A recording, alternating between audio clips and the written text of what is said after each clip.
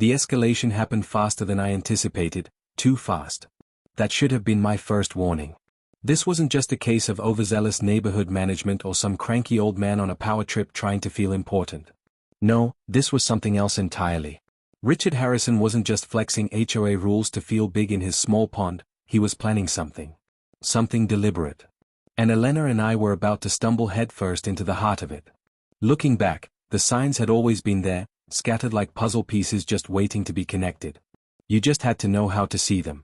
Unfortunately for Richard, I'd spent 2 decades of my life trained to do exactly that. I knew how to watch for patterns, how to assess threats, and how to read a battlefield, even if that battlefield was now a neatly landscaped cul-de-sac lined with SUVs and garden gnomes. The mistake Richard made was assuming I'd gone soft. That I'd let myself get too comfortable with flower beds, lawn fertilizer, and weekly trash pickups. But comfort is a choice. And I'd never chosen to forget who I was, or what I was still capable of. It all started unraveling the night Elena came into the kitchen holding a stack of printed documents. Her usual calm demeanor had been replaced with something colder, clinical, focused. She set them down on the table with a quiet authority that demanded my attention.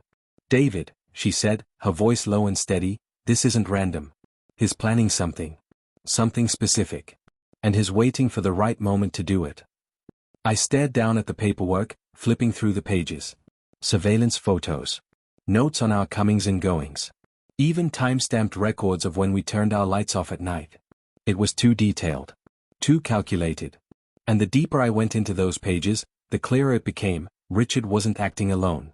Elena, my wife of 18 years, the woman who could transform bricks and blueprints into art, had turned into a full-blown investigator without ever saying a word about it.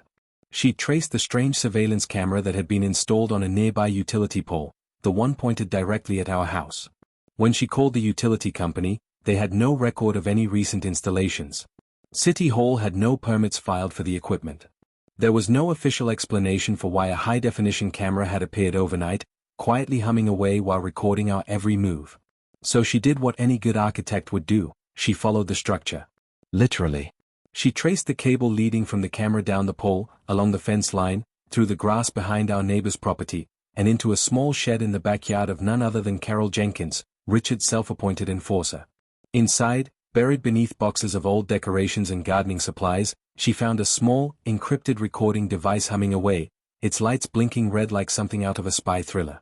Elena didn't touch it, she just took pictures. Lots of them. As she relayed the story to me across the kitchen table, I could feel the slow boil of rage rising in my chest. Not because we were being watched, I'd dealt with far worse during my years overseas. But because they'd involved her. They had targeted my wife. Crossed into our life, our sanctuary. And that wasn't something I could forgive. Not now. Not ever. But that wasn't the most disturbing part. Elena had also discovered that Richard had intimate knowledge of our daily routines. He knew my work schedule, down to the minute. He knew which days I was home and which days I was at the office consulting. He knew when Elena had client calls. He even knew the date of her upcoming trip to a design conference 2 states away, something we'd barely mentioned out loud. Which meant one thing, he had access to our private information. Possibly through digital channels. Our email? Our shared calendars? Either way, it wasn't just nosy, it was criminal. "This isn't about the HA anymore," Elena said, her eyes locked on mine. "This is about control. He's watching us for a reason, and I think it's personal." I nodded slowly, still processing everything she'd uncovered. The violation notices. The unmarked surveillance. The way Carol always seemed to be watching from across the street, camera in hand, not even pretending to hide it anymore. It was all too methodical. Too organized. And Richard's unnerving behavior, the way he studied me during every interaction, like he was trying to place a face he'd seen in a past life, it finally made sense. He recognized me. Or at least, he recognized something about me. Maybe the way I moved. The way I scanned a room. The faded tattoo on my arm that Carol had clearly seen and reported. The mark that only someone with certain clearances would ever understand. That trident meant something to him. And now I knew, this wasn't a coincidence. Richard wasn't just another neighborhood tyrant. He had a history too. One that, for some reason, had now collided with mine. He thought I wouldn't fight back. That I'd let this go. He was wrong. Retirement didn't mean I forgot how to handle a threat. It just meant I learned how to wait for the right time. And that time was coming. Fast. In 20 years of service, I'd seen evil in many forms, desperate, calculated, political, ideological. But nothing ever made my blood run cold the way the truth about Richard Harrison did. The days that followed the home invasion weren't filled with rest or repair. They were consumed by cold, methodical investigation. I didn't sleep much. Neither did Elena. Not because we weren't tired, but because closing our eyes meant seeing it all again. The shattered pottery, the gutted garden, the look on her face as they cornered her like prey in her own home. That image had burned itself into the back of my mind, and it wouldn't let go. After the police took Max, Jake, and Carol into custody, things should have settled. But they didn't. Not really. Carol was released on bail the same night, and the men were held only temporarily before lack of sufficient evidence and conflicting reports muddied the waters enough to delay any meaningful charges. The official story was that it had all been a misunderstood HOA enforcement action gone slightly off the rails. The media didn't care. The police didn't care. But I did. Elena's hands shook when she tried to work on her laptop, and she refused to go outside without me. The garden, the place she'd poured her soul into, was now a field of broken glass and ripped roots. And every time she looked at it, something behind her eyes seemed to dim a little more. That was when I realized something fundamental had shifted. This wasn't about violations or neighborhood harmony. This was psychological warfare, designed, deployed, and executed with intention. I went through every shred of surveillance I had, reviewed footage frame by frame, studied body language, voice tones, entry angles. I didn't just want revenge. I wanted to understand. Because Richard hadn't just sent a couple of meatheads to scare us. He'd timed it down to the minute. He knew I'd be gone. Knew Elena would be alone. That meant he wasn't just watching. He had intel. Real, live intel. The kind that doesn't come from a nosy neighbor or a passing car. Someone had been feeding him high-level information. My schedules, our habits, our vulnerabilities. And that's what brought me back to my old mindset, the one I'd buried beneath mulch and rosebushes. I was no longer reacting. I was operating. Elena joined me in this quiet war. She wasn't a fighter in the conventional sense, but her resolve was diamond hard. She took to the research like she was preparing for a court case. Property records, business filings, archived social media posts. Every evening, she'd hand me a stack of printed findings like we were briefing for an op. And one night, she handed me a name. One I recognized instantly. David, she said, her voice brittle. I think I found out who that man in the suit was, the one who gave Richard that folder. I looked at the paper. The man's name was Robert Delaney, a former private intelligence contractor who had gone off-grid after a botched operation in Eastern Europe 8 years ago. He wasn't supposed to be in the country. His company had folded under congressional investigation for human rights violations. But there he was, clear as day, in a high-resolution photo, shaking hands with Richard in the parking lot of a local diner. That folder likely contained classified information. About me. And that was the moment it clicked. Richard Harrison wasn't just a petty tyrant with an overinflated ego. He was someone I had known before. In another life. I dug through my own classified past, the files I still had, the names I remembered. And there it was. Operation Iron Harbor. A black site wrecking team composed of 8 men.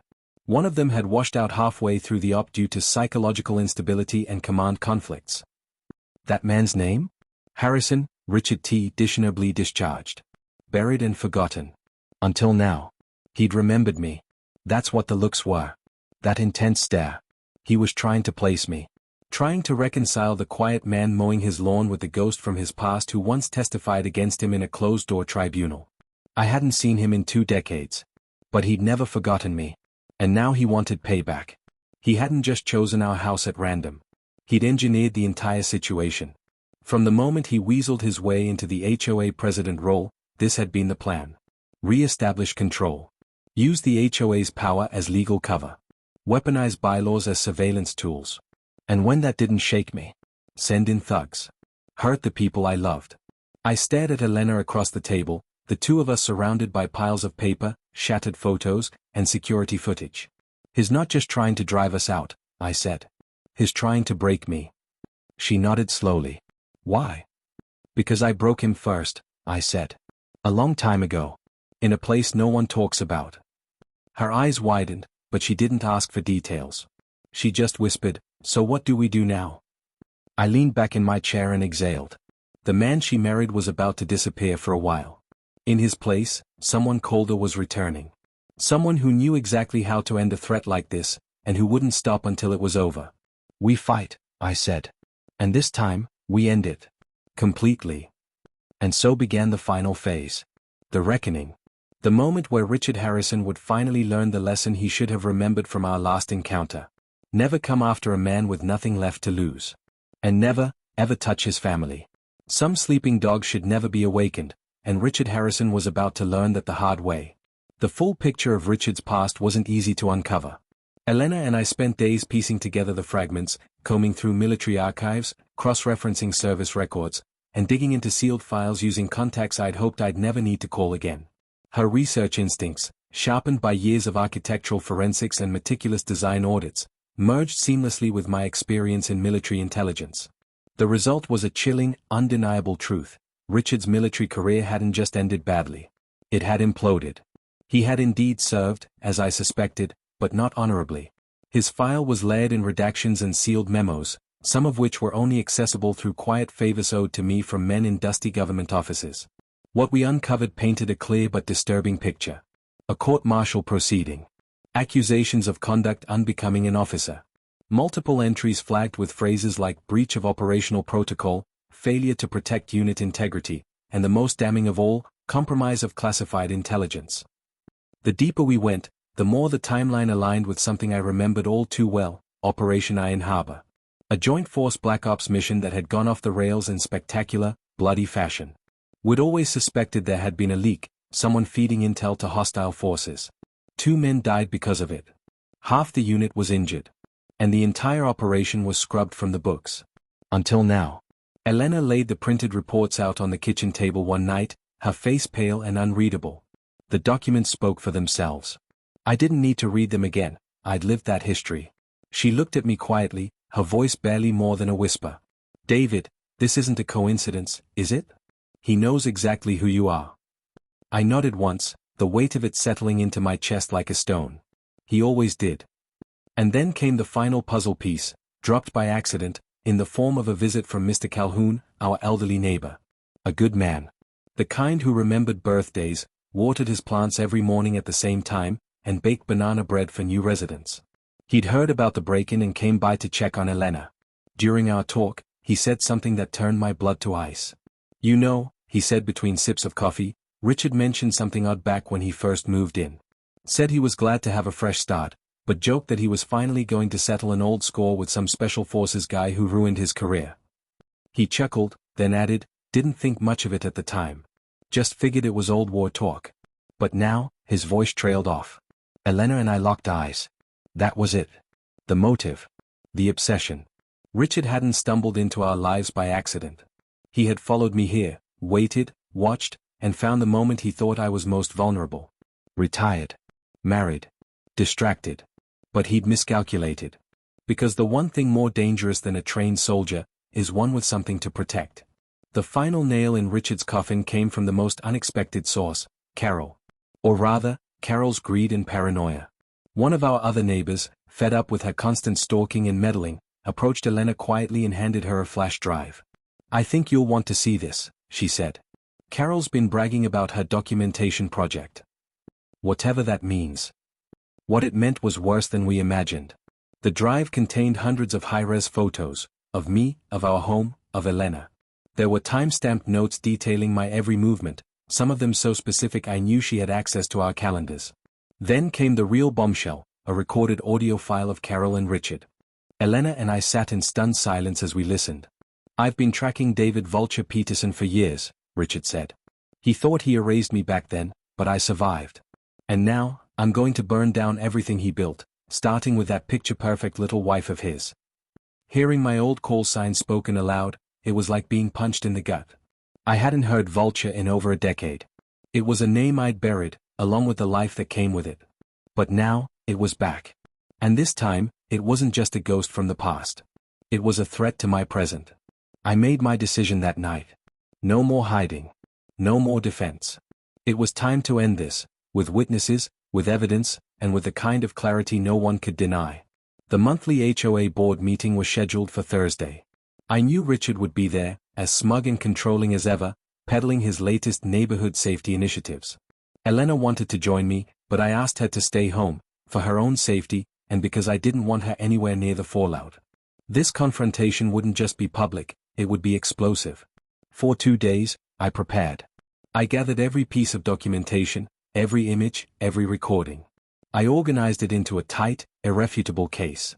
I even borrowed a projector from Elena's firm so no one could claim ignorance.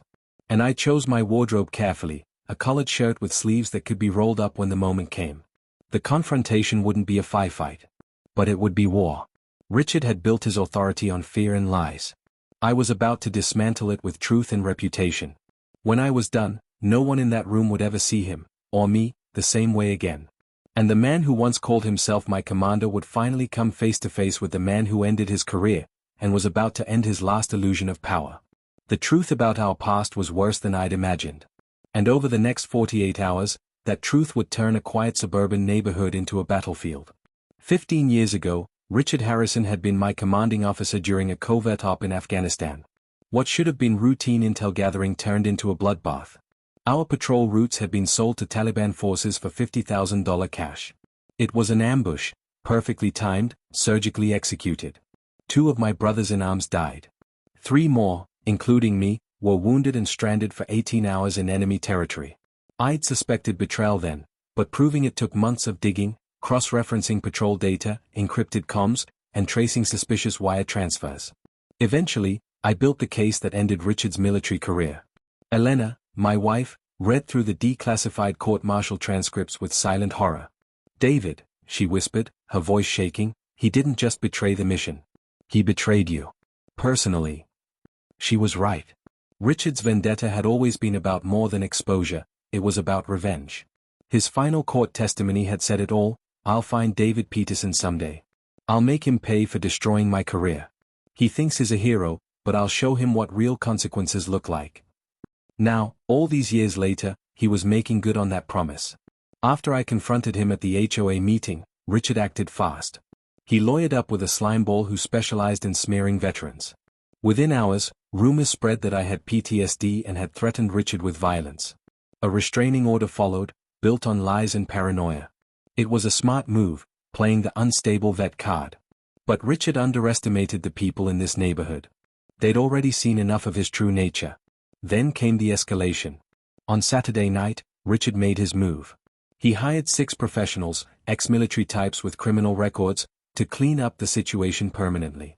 But I'd been watching him. Monitoring his encrypted comms with equipment that wasn't exactly legal, but absolutely necessary. I knew the hit was coming. That afternoon, I turned our home into a fortress. Elena wanted to call the police, but I told her the truth: by the time they arrived, it would be too late. Instead, I walked her through the hidden safe room in our basement. Gave her a crash course in self-defense. Prayed she'd never need to use it. "This is insane," she said, watching me check the power backups and seal the windows.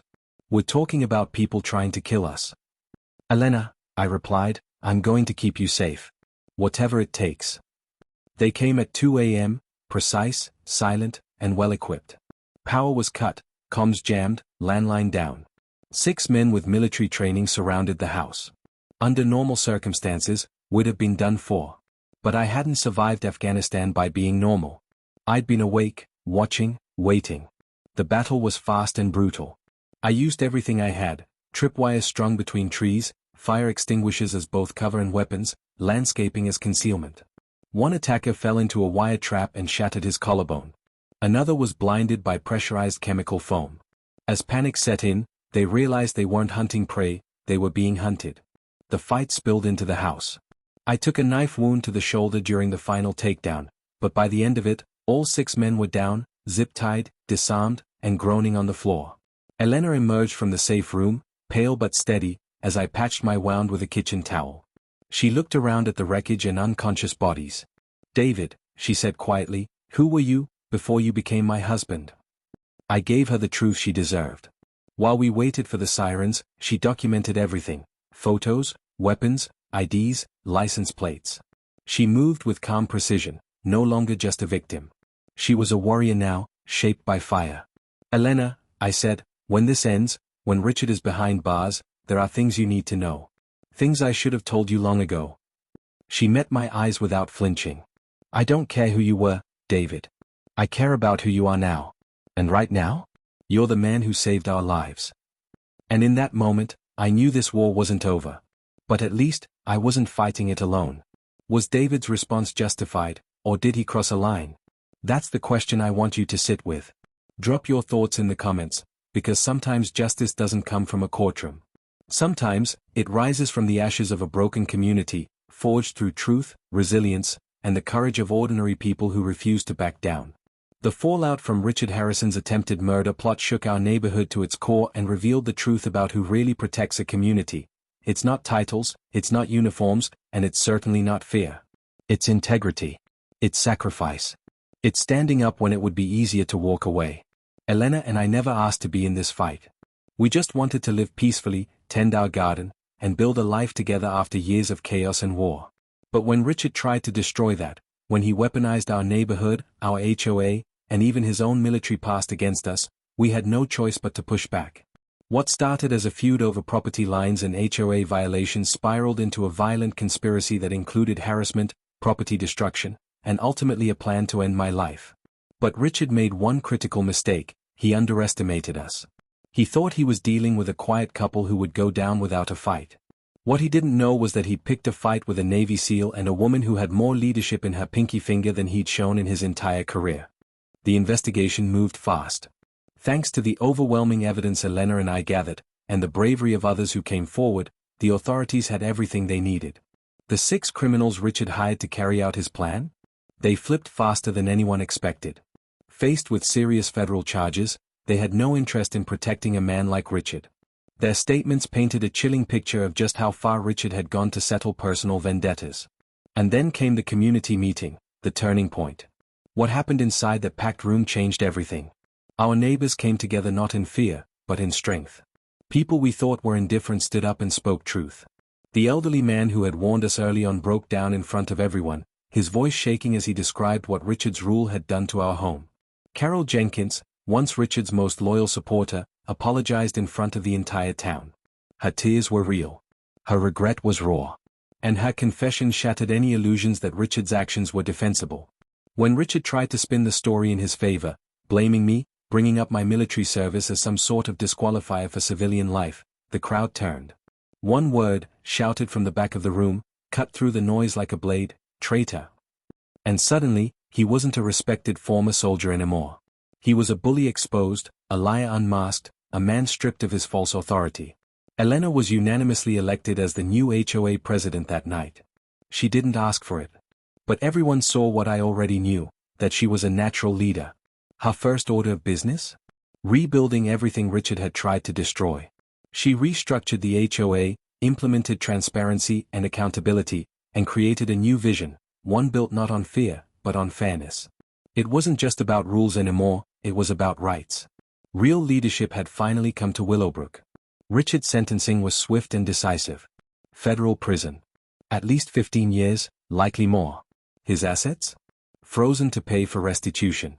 That money went to the people he harmed, us included, and helped repair the emotional and physical damage he caused. But more than that, his downfall sent a message: if you abuse power, no matter how small your kingdom, justice will find you. You are not untouchable. 6 months later, our house stood stronger than ever. Elena's designs, my security expertise, it was more than a rebuild. It was a statement. Our garden bloomed again, this time with plants chosen for their symbolism: strength, growth, renewal. The neighborhood transformed too. Under Elena's leadership, property values rose, and for the first time in years, people actually smiled at community meetings. They came together not to argue, but to connect. To celebrate.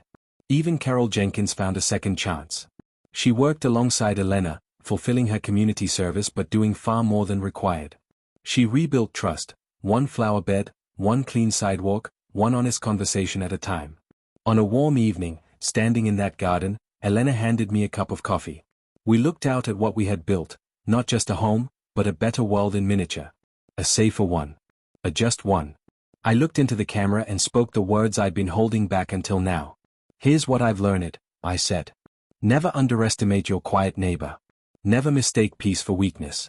And if you threaten a Navy SEAL's wife, you better be prepared for war, because we might look ordinary, but we're anything but helpless.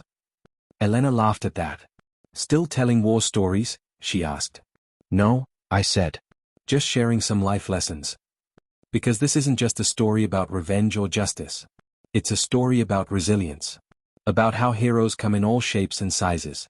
About how communities can rebuild stronger after trauma. And about how even the quietest among us may be hiding skills, strength, and courage you'd never imagine. So here's my final question to you. What would you do if someone tried to destroy your peace?